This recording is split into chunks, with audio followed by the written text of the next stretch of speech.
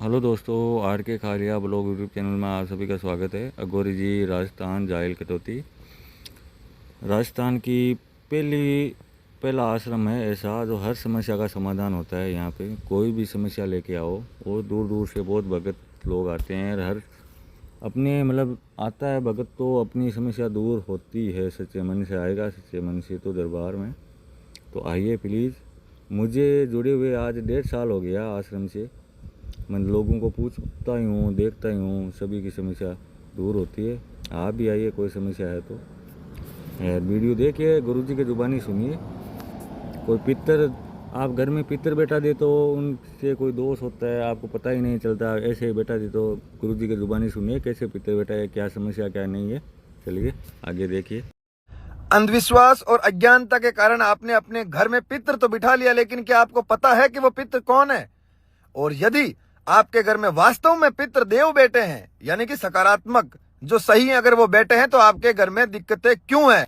और अगर दिक्कतें चालू हैं तो ये बताइए देव कहाँ है?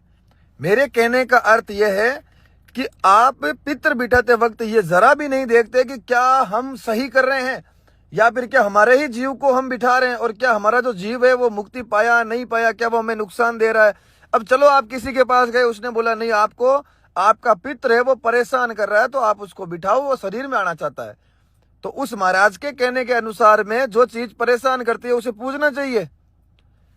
उसे कहना तो ये चाहिए कि जो पितर है वो आपके फायदेमंद है, आप उनकी मुक्ति करवाइए, उनका तर्पण करवाइए, उन्हें मन में याद रखिए, वो आपको फायदा करेगा, भगवान फायदा करेगा।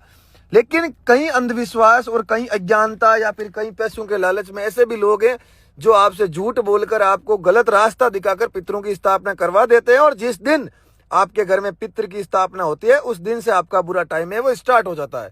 गरीबी आना और इतना कर्जा हो जाना कि मालूम ही नहीं है कि वो उतरेगा कब, मानसिक स्थिति खराब हो जाना, बच्चे बिगड़ जाना, आपका हस्बैंड वाइफ का रिश्ता वो खराब हो जाना, नौकरी ना मिलना, इरिटेशन, आपको इतना गुस्सा आना जितना जिंदगी में कभी नहीं आया। कहने का मतलब है वो स्थितियां उत्पन्न हो जाना जो पहले नहीं थी, आपके पिताजी के समय नहीं थी। और अब चूंकि आपने अंधविश्वास के कारण, अज्ञानता के कारण, और आपको पता ही नहीं है कि आपका जीव है या नहीं है, आपने पितर बिठा लिया। पितर बिठाने की अलग एक पद्धति होती है।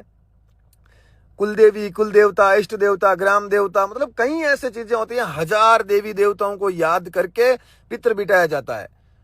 और यदि कोई भी जीव है वो शांत हो चुका है, यानी कि उसने शरीर छोड़ दिया है, तो ये बताओ कि आप अगर किसी को, उसको जीव को वापस बुलाकर उन्हें पूज रहे हो तो विधि के विधान के खिलाफ की बात हो गई है। तो और किसी कारणवश उसकी मुक्ति नहीं हुई, वो सही आदमी था और वो समाज के हित के लिए वापस आया है, तो अगर वो घर में आया है वापस समाज के हित के लिए, तो फिर आपके घर में दिक्कतें क्यों है? मुझे इतना बता दो।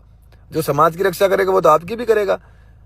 तो पूजो उन्हें जो लोक देवता हैं, जो समाज के देवता हैं, जो ग्राम के देवता हैं, जिन्होंने समाज को सही रास्ता दिखाया था, रक्षा की थी। और कम से कम ये पता तो करो कि आपके घर में जो जीव बैठा है वो आपका है या नहीं है। जय श्री राम। अगर मेरी बात बुरी लगी तो मुझे क्षमा चाहता हूं, पर मैं सनातन का व्यक्ति हूं तो सच बोलना मेरा धर्म है।